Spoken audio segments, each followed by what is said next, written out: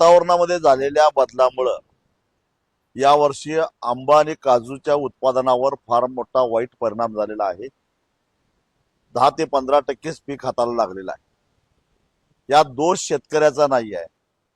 त्याचा खर्च झाला, त्याची मेहनत झाली, त्याचा पैसा खर्च झाला, परंतु हाताला काहीच लागलं नाही.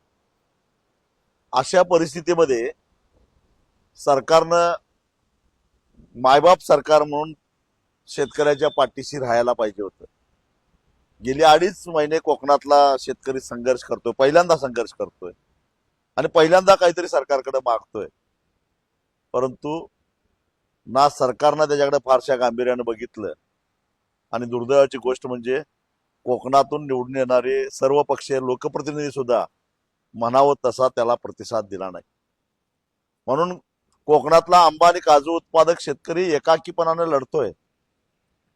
म्हणून कैफियत घेऊन महाराष्ट्राचे मुख्यमंत्री, ज्यांना उभ्या महाराष्ट्रामध्ये बदल घडवायचा आहे, इन्फ्रामॅन म्हणून पुढे यायचं आहे, महाराष्ट्राचे आधुनिक शिल्पकार म्हणून घेण्यात ज्यांना धन्यता वाटते, त्यांनी कोकणाला काय दिलं? कोकणाकडे कसं बघितलं त्यांनी?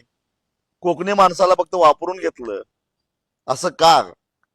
काय आमचं चुकलं याचा जाब विचारण्यासाठी म्हणून 15 मेला कोकणातला शेतकरी गिरगाव चौपाटीपासून वर्षा बंगल्यापर्यंत जायला लागलेला आहे. मुख्यमंत्री